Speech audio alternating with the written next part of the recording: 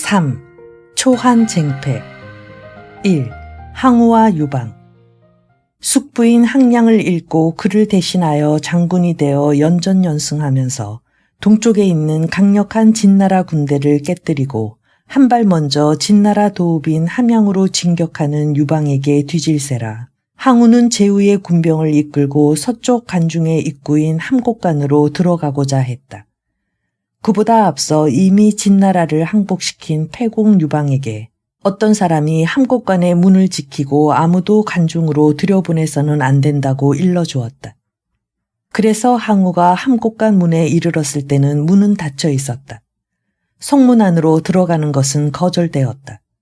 항우는 크게 노하여 관을 부수고 쳐들어가 희라고 하는 강 서쪽에 이르러 다음 날 아침 일찍 패공을 격파하리라 결심하였다.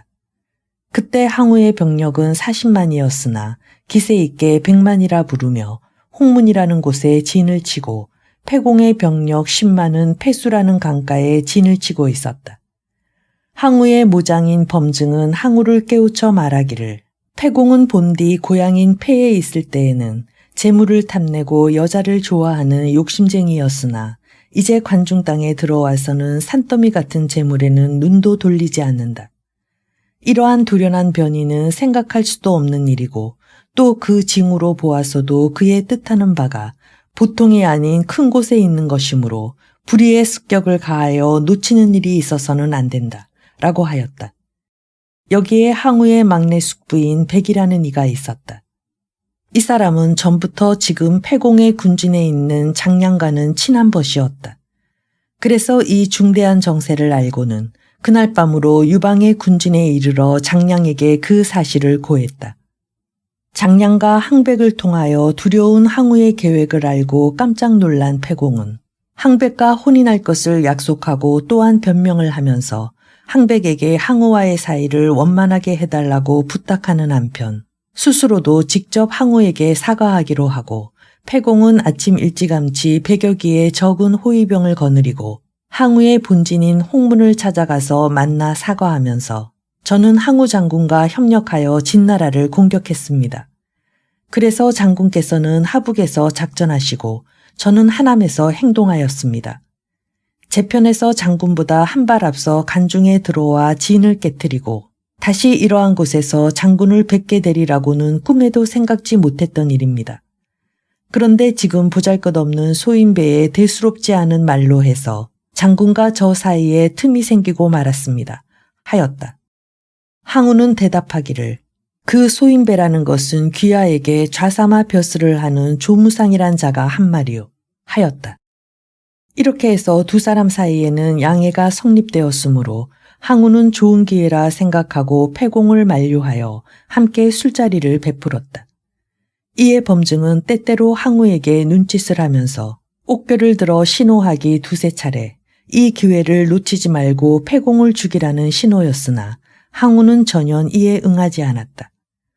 범증은 자리에서 물러나 항장에게 들어가서 패공의 건강을 빌기 위해서라고 하면서 건물을 허락받고 칼춤을 추다가 패공을 내리치라고 권했다. 그런데 항백이 또한 칼을 뽑아들고 벌떡 일어나 건물을 추면서 자꾸만 몸을 돌려 패공을 가로막았으므로 항장은 패공을 내리칠 수가 없었고 범증의 계획은 실패로 돌아가고 말았다. 3. 장량과 번쾌. 장량은 곧 자리에서 빠져나와 군문 밖에서 대기하고 있는 패공의 수행원인 번쾌에게 일이 다급해졌음을 알렸다. 번쾌는 즉석에서 방패를 겨드랑이에 끼고 연회 장소로 뚜벅뚜벅 걸어 들어가서 눈을 지켜뜨면서 항우를 흘겨보았다. 그 성낸 형상은 사뭇 험상스러웠고 머리털은 거꾸로 곤두섰으며 눈꼬리는 찢어졌다. 항우는 한편 놀라면서도 활발한 젊은이다. 그에게 술을 따라 주어라 하였다. 그래서 한말들이 술잔에 술을 그득하게 따라 주었다. 항우는 또 그에게 안주로 돼지 어깨살을 주어라 하였다. 그래서 날 돼지고기에 어깨살을 주었다. 번쾌는 선체로 술을 받아 마시고 허리에 한 칼을 뽑아 고기를 잘라서는 질겅질겅 씹어 먹었다. 항우가 다시 한 잔 더 마시겠는가 하니 쾌는 다음과 같이 대답했다. 나는 죽는다고 해도 두려워서 피하지는 않습니다. 하물며 술 따위를 어찌 사양하겠습니까? 죽은 패공은 맨 먼저 진군을 처부수고 국도인 함양으로 뛰어들었습니다. 어려움도 많이 겪었고 공로도 누구보다 많습니다. 당연히 영토와 자기를 받아야 할 것이거늘 그것이 없을 뿐 아니라 오히려 항우 장군께서는 대수롭지 않은 인간의 말을 참말로 받아들여 이런 공이 많은 패공을 죽이려고 하십니다. 그렇다면 망해버린 진나라의 방법과 다를 것이 무엇입니까? 결국 진나라의 행패와 같은 것으로서 좋지 않은 결과가 될 것이 뻔합니다.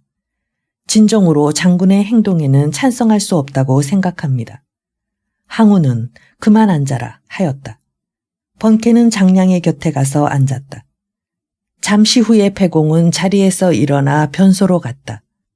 그 기회에 번케를 불러내어 자리를 뜨게 하고는 자신도 자리로 돌아오지 않고 가까운 길로에서 자기의 본전인 폐숫가로 달아나고 말았다.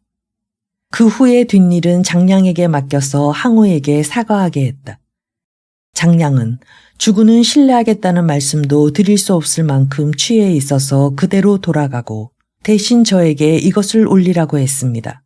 하고는 흰 구슬 한 쌍을 공손하게 2번 절하고 항우 장군에게 바치고는 아부인 범증에게도 2번 절하면서 옥두 한 쌍을 내놓았다.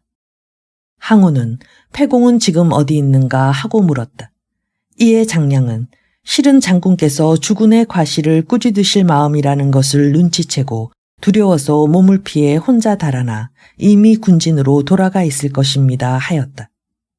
범증은 칼을 뽑아 받은 옥두를 부숴버리고는 애숭이 항우와는 함께 천하의 큰일을 도모하기에 부족하구나. 앞으로 장군의 천하를 뺏을 자는 패공이로다 하고 크게 뉘우치고 후회했다. 4. 항우와 한생. 패공은 자기의 군진인 패상으로 돌아오자마자 곧 주군의 흉을 뒷구멍으로 보고 다닌 조무상을 처형하였다. 홍문에서의 회담이 있은 지 며칠 뒤에 항우는 군대를 이끌고 서쪽 진나라로 가서 진나라 도읍인 함양 사람을 대학살하고 이미 항복한 진나라 왕 자영을 죽이고 진의 궁전에 불을 질렀는데 그 불은 석 달이나 계속 타고 있었다.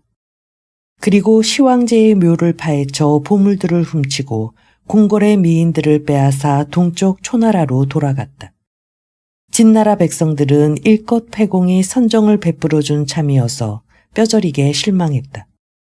한생이란 인물이 있어 항우에게 간중이라는 땅은 산이 가로막혀 있고 강이 둘러 있어 사방을 막는 요지인데다가 토양이 기름지고 그래서 천하의 패권을 한 손에 움켜쥐기에는 가장 좋은 곳입니다. 하고 설득했으나 항우는 진나라 도읍의 파괴된 모습을 보고는 동쪽 초나라 고향으로 돌아갈 생각이 들어 사람이 부귀를 누리고 나서 고향으로 돌아가지 않는 것은 수놓은 비단 옷을 걸치고 누구도 보아주지 않는 밤길을 걷는 것과 같은 것이다. 라고 대답했다. 한생은 세상에서 말하기를 초나라 사람은 원숭이가 사람의 의관을 갖춘 데 불과하다고 하더니 과연 그대로구나 하고 사람들에게 말했다. 이 말을 들은 항우는 대단히 노하여 한생을 잡아다가 가마솥에 넣어 삶아 죽이는 극형에 처했다. 뒤에 항우는 스스로 서초의 패왕이라 일컫고 패공을 세워 한왕이라 하여 파군, 촉군, 한중군 일대의 왕으로 삼았다. 이해는 한나라 원년이 된다. 5. 한신. 회음 출신의 한신은 집이 가난하고 직업도 없었으므로 회음에 흐르는 회수라는 강가에서 낚시질로 세월을 보내고 있었다. 이때 강에서 빨래를 하던 노파가 한신의 배고파하는 모습을 보고는 밥을 주었다. 한신이 뒷날 반드시 두텁게 은혜를 갚겠습니다 하니 노파는 성을 내면서 신수가 멀쩡한 공자가 스스로 밥벌이도 못하는 것을 보고 가엾이 여겨 대접한 것인데 무슨 갚음을 바라겠소 하였다. 회음 도살장 근처에 항상 한신을 바보 취급하는 소년이 있었는데 어느 날 많은 사람들과 함께 한신에게 모욕을 주기 위해 너는 비록 몸집이 크고 칼차기를 좋아하지만 실제로는 겁쟁이다. 죽이려거든 자 죽여봐라. 죽이지 못하겠거든 내 사타구니 밑으로 기어나가거라 하였다. 한신은 익히 그의 얼굴을 바라보다가 이윽고 천천히 몸을 굽혀 그의 사타구니 밑으로 기어나갔다. 이것을 본 시장 사람들이 모두 한신의 겁쟁이 짓을 비웃었다. 뒷날 항량이 회수를 건널 때는 한신이 그를 따랐고 또 자주 계책을 세워 항우를 도우려 했으나 항우는 그의 계책을 인정하지 않고 받아들이지 않았으므로 한신은 자기의 실력을 알아주는 사람을 찾기 위해 항우에게서 도망하여 한나라로 갔다. 한나라에서는 그를 곡식을 다스리는 치속도의로 삼았는데 이때 한왕인 유방의 신하 소아와 자주 이야기할 기회가 있었다. 소아는 한신이 뛰어난 인물임을 알고는 왕에게 추천하기를 한신은 이 나라 안에서 견줄 만한 사람이 없는 뛰어난 인물입니다 하였다. 한신을 대장으로 삼기로 하는데 한왕은 사람을 임명하는 데 극히 간소하게 해왔기 때문에 주위 사람들에게 주의를 받았으므로 이번에는 대장 임명식을 정중하게 하기로 하고 왕은 흙을 모아 단을 만들고 그 단 위에서 천지신명에게 고하는 제를 드리는 의식을 갖추어 거행하였다. 그래서 모든 장수는 다 기뻐하면서 지금까지 없던 방법으로 하는 것으로 보아 반드시 뛰어난 대장을 추대할 것이다 하고는 모두들 기대하고 있었다. 그런데 막상 임명식에 나타난 사람은 평소에 업신여기던 한신이었으므로 정군이 모두 깜짝 놀랐다. 한왕이 마침내 한신의 계략을 받아들여 진나라의 모든 장수를 습격하였다. 그래서 장안은 패하여 달아나다 죽었고 사마은 등은 모두 항복하였다. 한나라 3년에 한나라의 한신과 장인은 군대를 이끌고 조나라를 침해 군대를 정영이란 산골짜기에 집결시켰다. 조나라의 왕 헐과 성왕군, 진여는 이것을 방어하였다. 한밤중에 한신은 명령을 전달하여 장비를 가볍게 한 기병 2천을 출발하게 했는데 손에 한나라의 깃발을 들려 사이길로 해서 모르게 조나라군을 바라보게 하였다. 그리고 미리 조나라 군대는 우리 군이 도주하는 것을 보면 반드시 성벽을 비우고 쫓아올 것이다. 너희들은 재빨리 성벽으로 들어가 조나라 깃발들을 꺾어버리고 한나라의 붉은 깃발을 세워라 하고 명령하였다.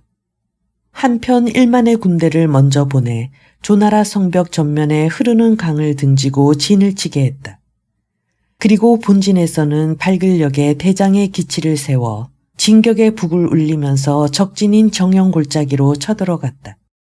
조나라 진영에서는 됐다고 응하여 성문을 열어 제치고 진격해 나와 얼마 동안 전투가 벌어졌다. 이때 한신과 장이 군대는 일부러 패한 채 하고 깃발과 북을 내팽개치고 물을 등지고 진을 치고 있는 군대가 있는 쪽으로 달아났다.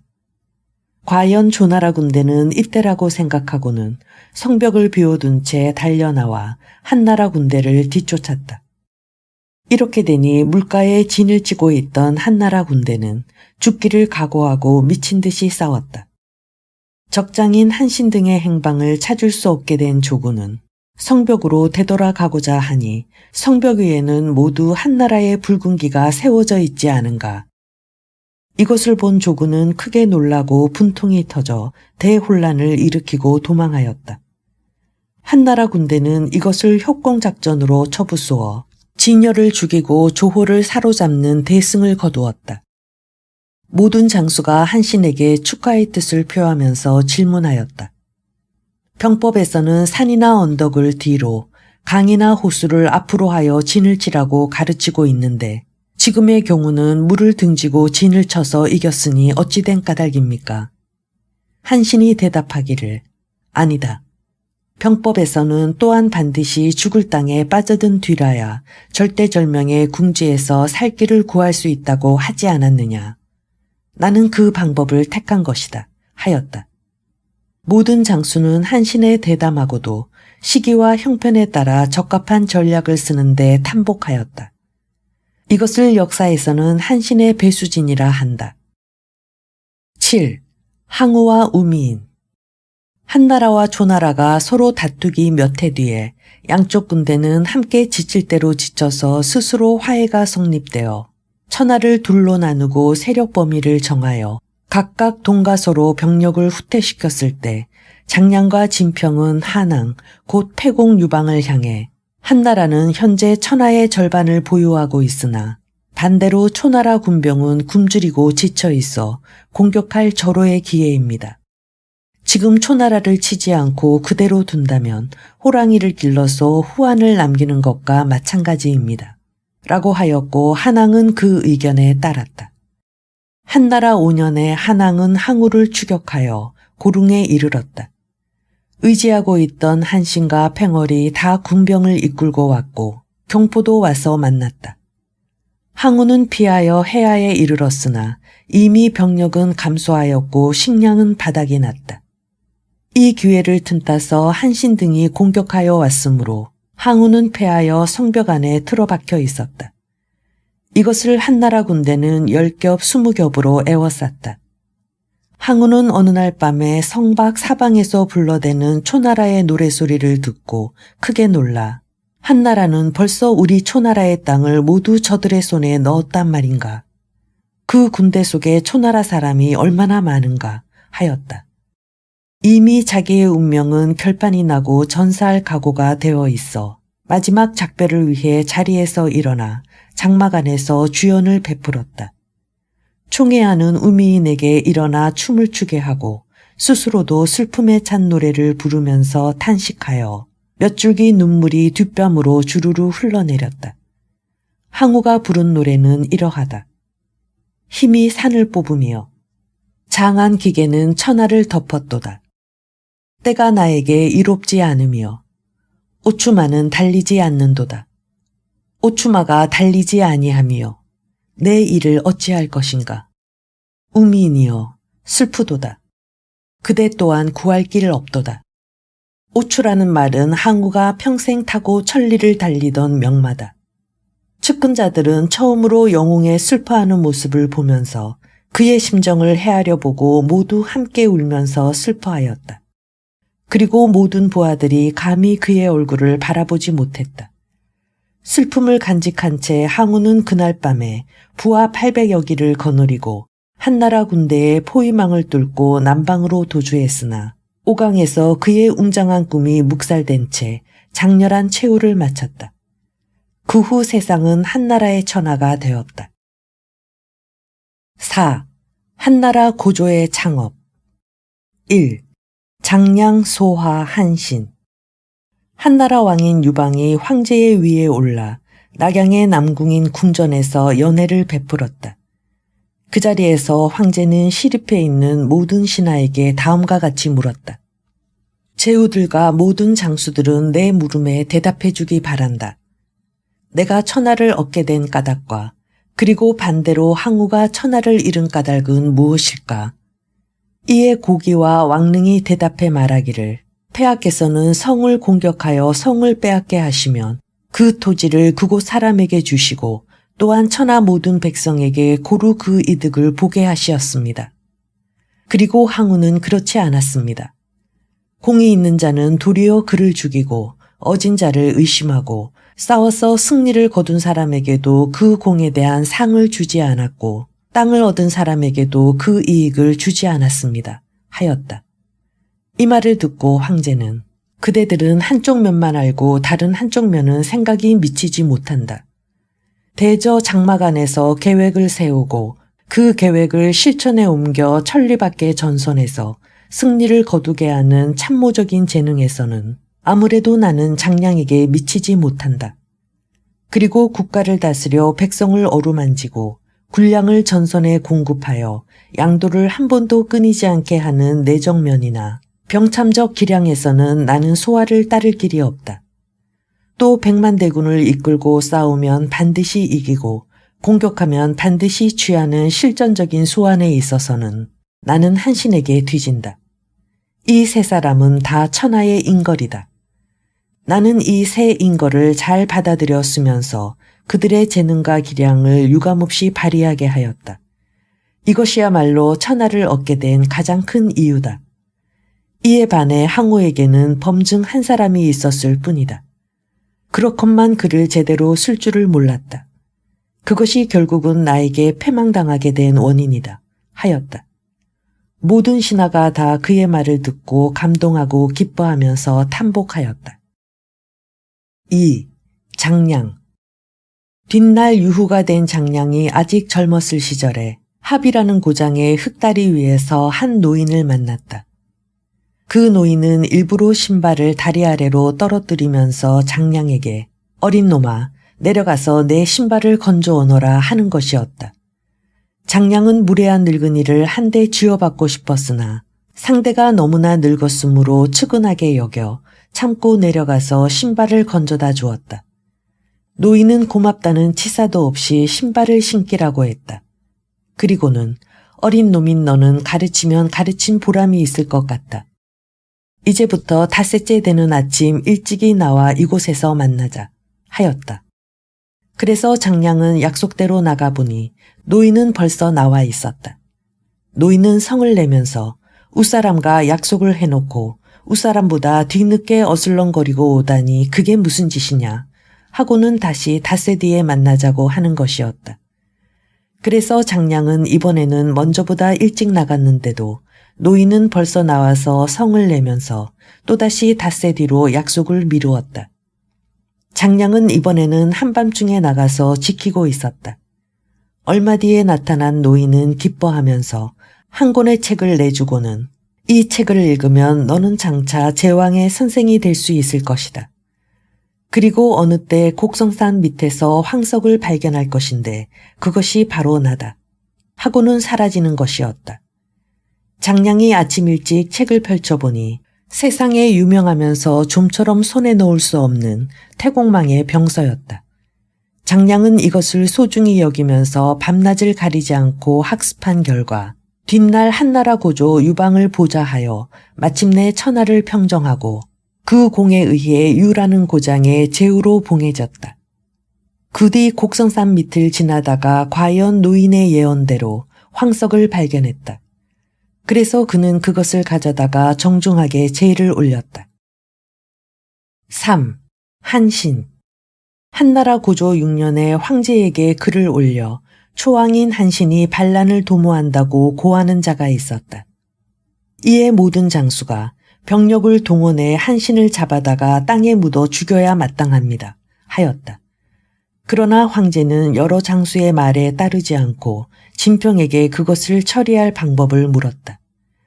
이때 진평은 병력을 풀어 그를 잡아오는 일은 위험하다고 하면서 옛날에도 천자가 천하를 두루 돌아 살피면서 제후를 한 곳으로 모이게 한 일이 있습니다.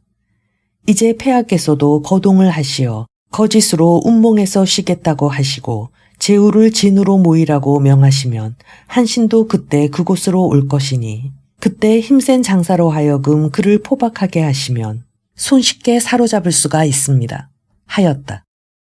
황제는 그의 의견에 따라 제후들에게 포고문을 돌려 모든 제후는 진으로 집합하라. 나는 운몽의 호숫가에서 지내고 싶다 하였다. 황제가 진에 이르렀을 때 한신도 황제를 배할하기 위해 그곳으로 왔다.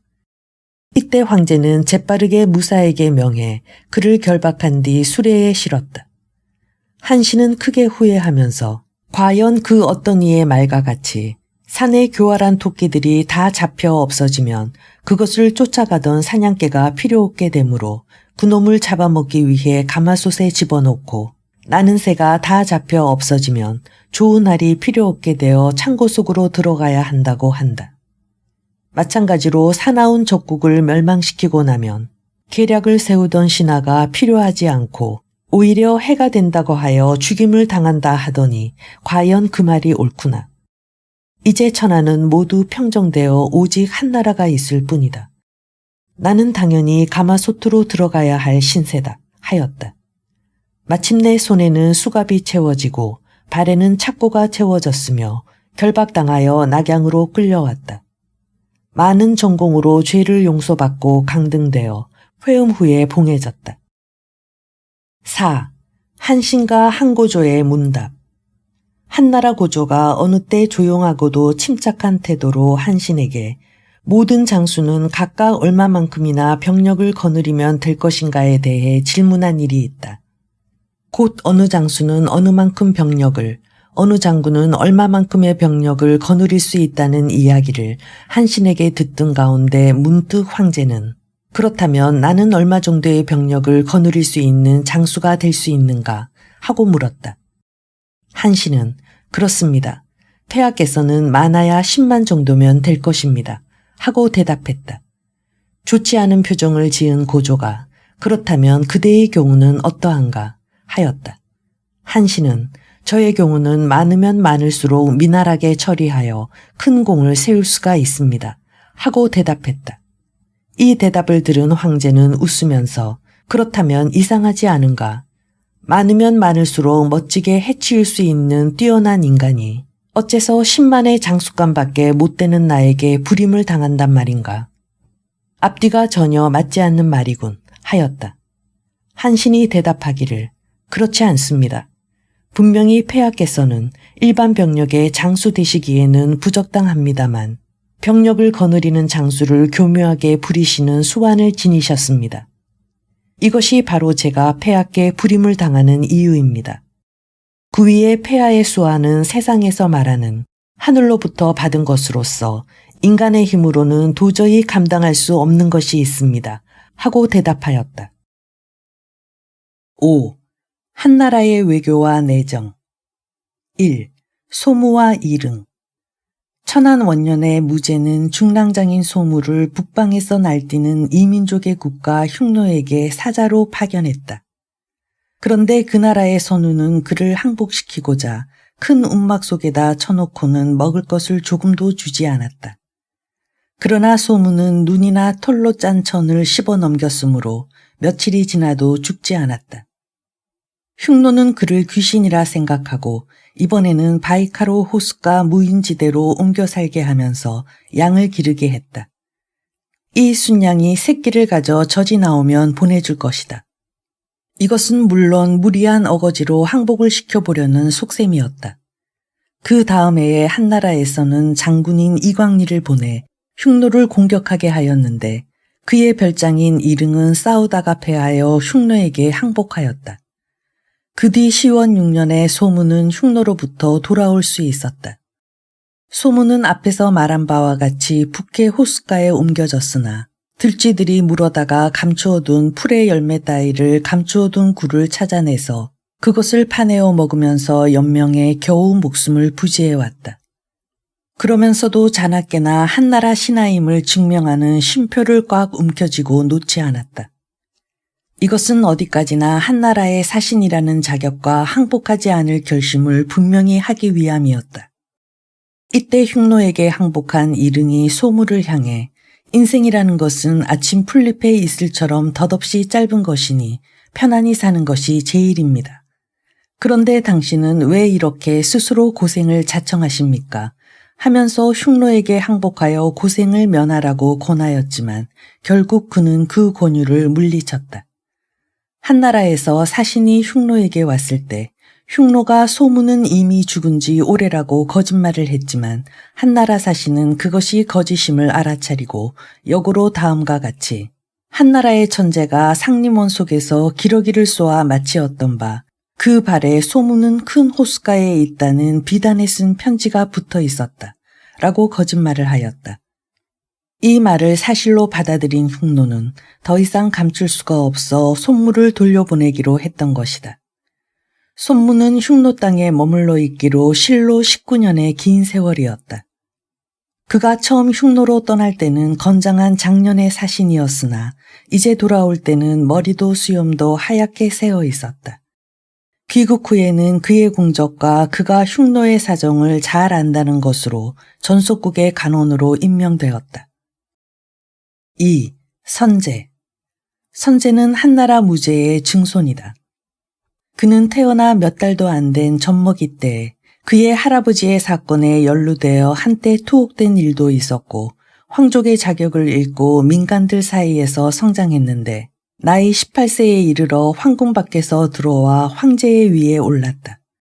선제는 황궁 밖에서 성장했으므로 민간의 사정에 통달하여 그들의 정신적인 괴로움이나 경제적인 어려움 등 모든 것을 알대로 다 알고 있었다.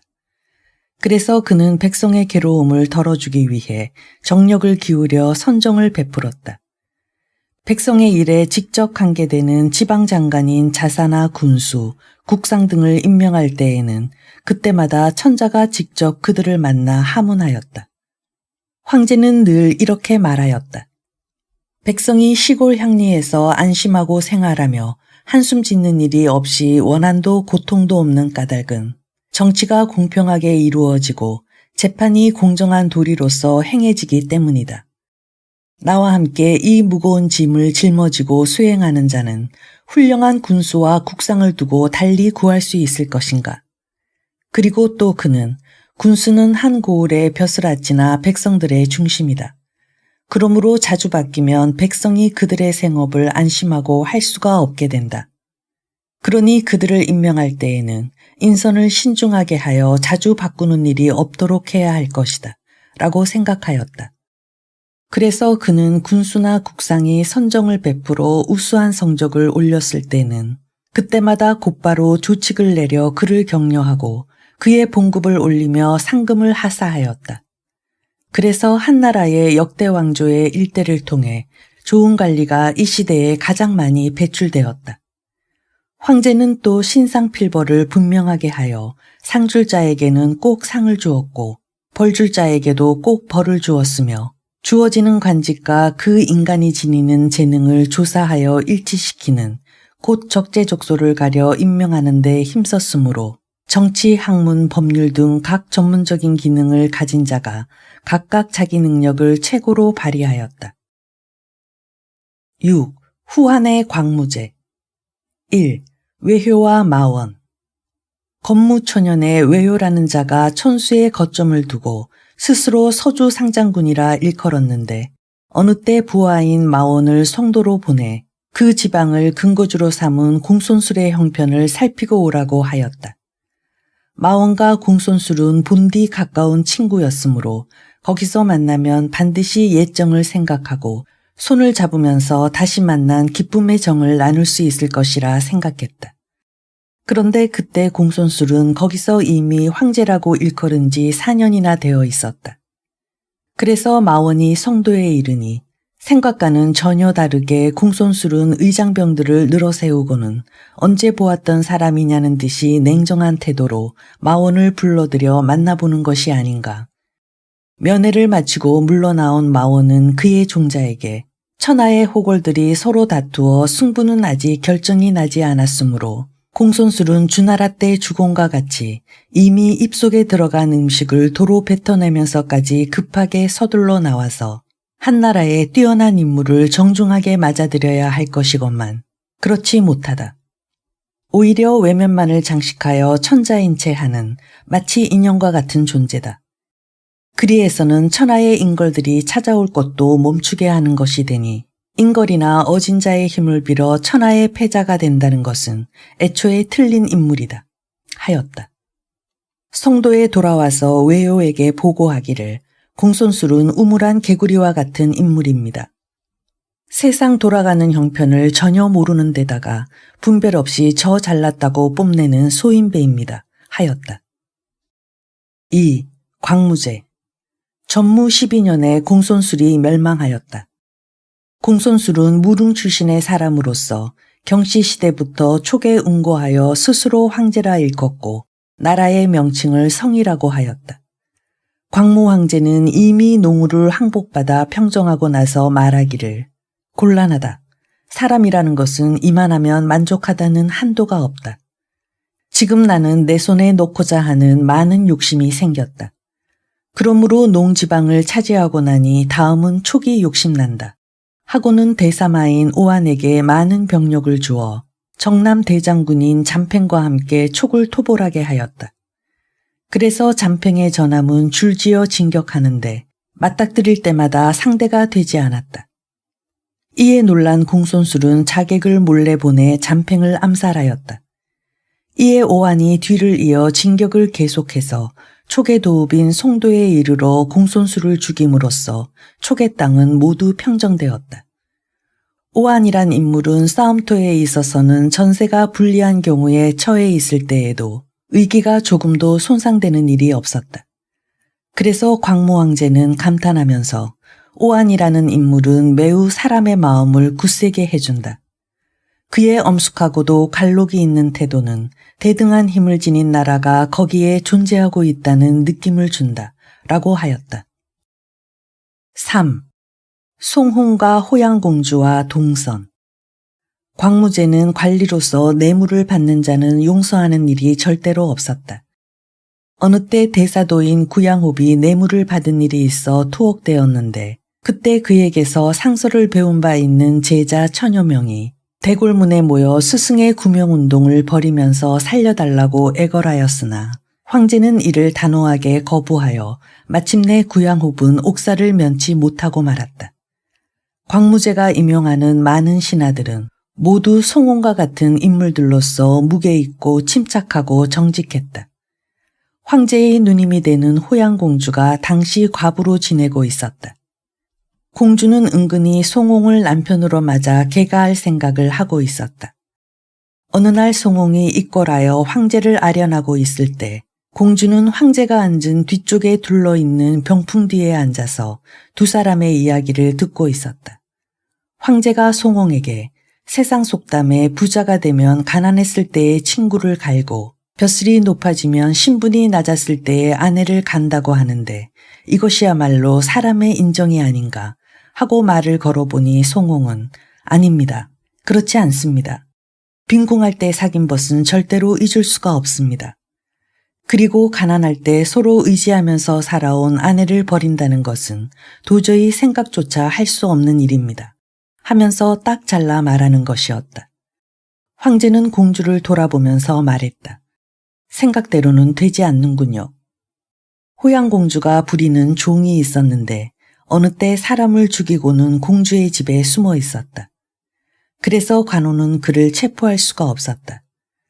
그런데 낙양현의 현령인 동선이 공주가 외출할 때 그 종이 수레에 함께 타고 있는 것을 발견하고는 도중에 기다리고 있다가 차를 멈추어 세우고는 공주의 실책을 꾸짖으면서 종을 끌어내어 때려 죽였다. 이에 화가 난 공주는 곧바로 입궐하여 황제에게 사실을 고하였다. 이 말을 듣고 크게 노한 황제는 동선을 불러들여 형틀에다 묶어놓고 때려 죽이려고 했다. 이에 동선이 죽기 전에 한 말씀만 드리고자 합니다. 폐하께서는 성덕으로 이 후한을 중흥시키신 영명한 군주이십니다. 그러하온데 신분이 다른 종이 일반 양민을 죽였는데도 그것을 그대로 두신다면 어떻게 천하를 다스릴 수가 있겠습니까? 저는 폐하께서 때려 죽이실 때를 기다리지 않고 스스로 목숨을 끊겠습니다. 하고는 그 자리에서 머리로 기둥을 받으니 얼굴이 온통 피투성이가 되었다. 이에 황제는 자신이 잘못 생각했던 것을 뉘우쳤으나 다만 공주에게 저지른 무례한 짓만은 사죄를 시켜야겠다고 생각하고 내시를 시켜 동선의 머리를 땅에 대고 공주에게 빌게 하였다. 그러나 동선은 빌지 않았다.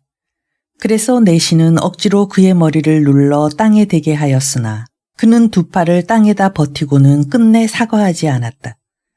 동선의 이런 태도를 보고 공주는 황제에게 폐하가 제위에 오르기 전 일반 서민일 때는 도망자나 사형에 해당하는 자를 숨겨주고 관원이 감히 근접하지 못하게 할 정도로 위세가 있었는데 이제 천자가 되면서 일개 현령에게마저 위세를 보이지 못할 정도는 아니겠죠.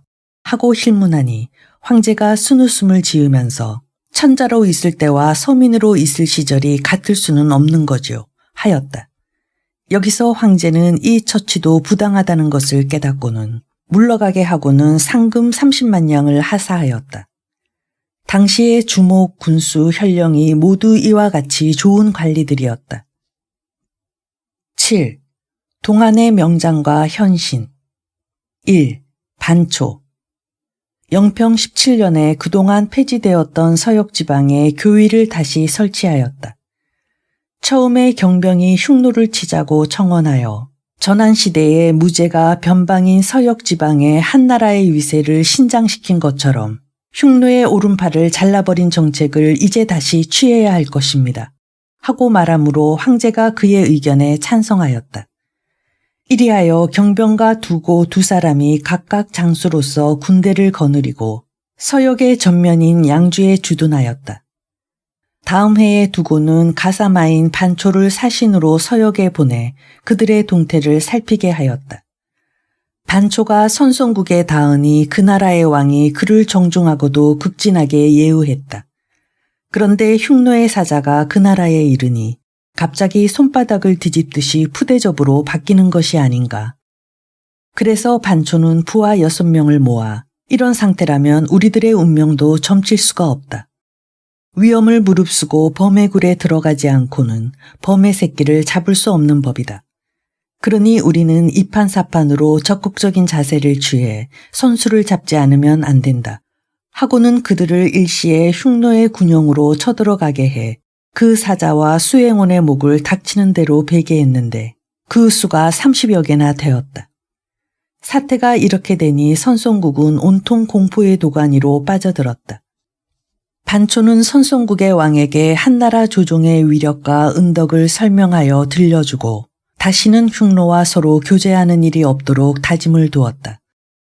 반초는 이어서 선송국 서남쪽에 있는 우치국에도 사신으로 갔는데 그 나라 왕은 두려워하여 곧 흉노 사자의 목을 베어 바치며 항복했다.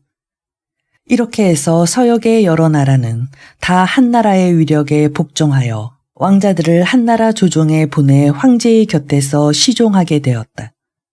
이리하여 서역은 다시 전한시대와 마찬가지로 한나라와 통하게 되었다.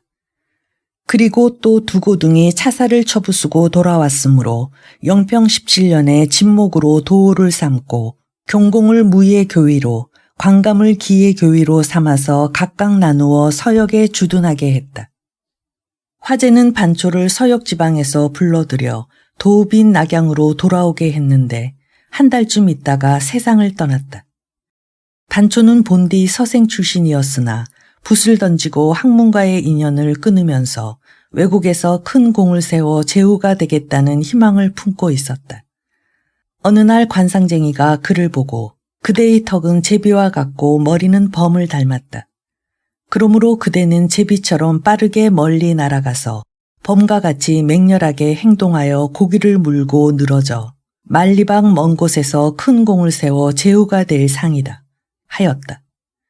이 소리를 들은 뒤에 그의 결심은 더욱 굳어져서 가사마라는 군관의 자격으로 서역 땅에 이르러 장제 때에는 서역 장병의 장사라는 벼슬을 하였고 지금의 황제인 화제에 이르러서는 서역 최고의 지휘인 도호가 되어 서역 여러 나라를 평정하였다. 그는 서역 지방에 머물러 있으면서 활약하기 30여 년의 긴 세월에 미쳐 그 공으로서 정원후에 봉해져 보기 좋게 본래의 뜻을 이루었다. 그러나 나이 늙어 노령을 이유로 내세워 원하옵건대 죽기 전에 고향으로 돌아가고 싶습니다 하면서 청언하였다. 이 청언을 화제가 허락하였다. 반초의 뒤를 이어 서역 도호가 된 임상이 취임하면서 서역을 통치함에 있어 그 방법을 물었다. 이에 대해 반초는 그대의 인품은 너무도 엄격하고 성미가 급하다. 물이 너무 맑으면 큰 고기가 살지 못한다는 이치로 인심을 얻는 정치를 베풀기 위해서는 초조하지 말고 침착하게 대범한 태도를 취할 것이다 하고 대답하였다. 임상은 사람에게 넌지시 말하기를 나는 반초께서 반드시 서역을 평정하는 기묘한 정책이 있을 것으로 기대하였는데 지금 하시는 말씀을 듣고 보니 지극히 평범한 논리에 지나지 않는다고 하였다. 임상은 과연 뒤에 서역에서 사람의 화합을 어지럽히고 인망을 잃어 반초의 말과 같이 되고 말았다. 2. 우허. 후한 제6대 황제인 안제는 청하왕인 경의 아들이요 장제의 손자였다. 아직 나이 어렸을 때 궁중으로 맞아들여져 황제의 위에 오르니 어머니인 등우가 조종에 나와서 정사를 보살피게 되었는데 그의 오라비인 등질이 대장군이라는 최고의 관직을 차지하고 있었다. 그때 변경의 군사 정세가 아주 좋지 않은 형편이었다. 그래서 등질은 국가의 경비도 넉넉하지 못한 형편이었으므로 서쪽 변경인 양주를 버리고 힘을 오직 북방 경비에 집중시키고자 하였다. 그런데 태위의 속간인 낭중 우허는 그 처사가 옳지 않다고 하면서 전해 내려오기를 함곡간 이서지방은 무가 왕성한 땅으로서 많은 명장이 나왔고 함곡간 이동지방은 문이 왕성한 땅으로 역대의 재상이 배출하였다고 하지 않습니까? 더욱이 관서에서도 중요한 고장인 양주에서는 예로부터 무용에 뛰어난 장사 열사들이 많이 나오지 않았습니까? 변방이 군사적으로 불리한 이때에 일부러 요지를 벌인다는 것은 당치 않은 일이라 생각되옵니다. 하였다. 우호의 말에 모든 사람이 다 과연 옳은 말이라고 하면서 찬성하였다. 대장군으로서의 면목이 땅에 떨어진 등줄은 이런 일이 있은 뒤부터 우호를 크게 미워하면서 어떻게 해서든지 그를 곤란한 구렁으로 몰아넣고자 했다. 그런데 마침 조과현의 도둑대가 일어나 그 고장 지방장관을 공격하여 죽이는 따위의 큰 사건이 벌어졌는데 현의 상급관청인 군이나 주에서도 도저히 손을 쓸 수가 없는 형편이었다. 등줄은 바로 이 기회라 생각하고는 우호를 조과현의 현령으로 임명했다. 친지들은 모두 그의 아군에 대해 동정을 금치 못하면서 뜻밖의 재난을 만난 그에게 위로의 인사들을 하는 것이었다. 그러나 우호는 조금도 동요하는 기색이 없이 오히려 침착한 태도로 말하였다. 얽힌 뿔이나 헝클어진 나무마디를 끊어보지 않고는 도끼가 잘 드는지 않는지를 알 길이 없는 것과 마찬가지로 사람도 어려운 고비를 겪어봐야 자기의 능력을 알 수 있는 것이 아닌가. 나는 한번 해내고야 말 것이다. 그리고 임지에 부임하자마자 팔에 힘께나 쓰는 불량배들을 모아들였다. 모아들이는 기준은 남의 집의 주인을 위협하는 가장 악질적인 자를 으뜸으로 치고 남에게 상처를 입히고 물건을 훔치는 악질을 다음으로 쳐서 대강 100여 명을 줄여서 그들의 정가를 용서해주고 그들을 도둑의 집단으로 들여보내 도둑들을 깨어내어 함께 사람들을 위협하게 하고 도둑질을 하게 하였으며 미리 병력을 숨겨두었다가 일시에 풀어 도둑들을 일망타진하여 수백 명을 죽여 없앴다. 그리고 바느질 솜씨가 있는 가난한 집 여자들을 모아서 몰래 도둑의 소굴에 들어가 도둑들의 옷을 지어주는 일을 하게 하여 옷을 짓거나 기울 때마다 그 옷자락에 색실로 꾸며 표적을 하게 하였다. 그래서 도둑이 마을이나 거리에 나타나면 관원이 그 표적을 보고 곧바로 잡아들이게 했다. 이렇게 해서 도둑들은 겁을 먹고 각각 흩어졌고 그래서 고을은 다시 평온을 이루었다. 3. 양진. 한나라의 태위벼슬을 하는 양진은 관서 출신으로서 학문을 좋아하고 유학에 정통하였으므로 당시의 사람들이 그를 가리켜 일컬었다. 관서의 공자는 양백기라. 그가 일찍이 학당에서 학생들에게 글을 가르칠 때 대청 아래에서 3마리의 전어가 나타난 일이 있는데 그때 수제자가 말하기를 장차 상공이 되실 상이 옵니다. 하고는 나아가 선생님께서는 이로부터 벼슬을 하시어 차차 승진을 계속하게 되실 것입니다 하였다.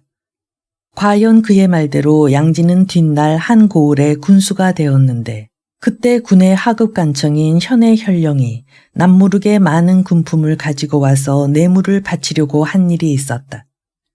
양진이 그 금품을 받으려고 하지 않으니까 그는 양진에게 말하기를 지금은 깊은 밤이니 아무도 아는 사람이 없습니다. 제발 받아주십시오 하는 것이었다. 그 말에 대해 양진은 이 사실은 먼저 하늘이 알고 땅이 알고 그것을 주는 그대가 알고 받는 내가 알고 있다. 아는 사람이 없다니 당치도 않은 말이다. 이런 까닭없는 금품을 받을 수는 없다. 하고 대답하면서 뇌물을 단호하게 거절하니 그 현령은 크게 부끄러워하면서 그대로 돌아갔다. 양진이 승차를 거듭하여 삼공의 지위에 이르렀을 때 환관과 황제의 유모인 왕성이 권력을 이용하여 그에게 옳지 않은 일을 청탁한 일이 있었는데 양진은 그들의 청탁을 거절했다. 그랬더니 그들은 서로 짜고 양진을 터무니없이 모함해 죄의 함정에 빠지게 하는 것이 아닌가. 이에 그는 화를 당하기 전에 스스로 짐독을 마시고 자살했다. 양진을 장사 지내는 날 많은 조객들이 장례 행렬에 참여하였는데 그때 난데없는 큰 새가 높이 날아와 무덤 앞에 이르러 굽어보고는 우러러 보면서 눈물을 흘리다가 날아갔다.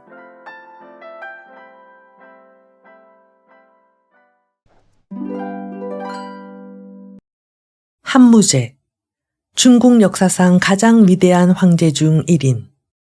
기원전 141년에서 기원전 87년까지 재위한 무제는 유학을 바탕으로 국가를 다스렸으며 해외 원정을 통해 흉노를 크게 무찔렀다. 이어 남월 위만조선을 멸망시켜 요동 지역에 한사군을 설치했으며 한조 역사상 두 번째로 넓은 영토를 확보해 전한의 전성기를 열었다. 그는 시황제, 당태종, 영락제, 강희제와 더불어 중국의 가장 위대한 황제 가운데 한 사람으로 손꼽힌다. 황권을 강화시킨 16세의 무제. 그는 16세 때 부왕 경제의 뒤를 이어 황제에 올랐으며 유학자 동중서의 의견을 수렴하여 유학을 국가의 이념이자 학문으로 삼아 다스렸다. 한편 이복 형제와 귀족을 제거하여 황제권을 강화시켰는데 즉위 전 이복 형제들을 물리치고 재위에 오르게 된다.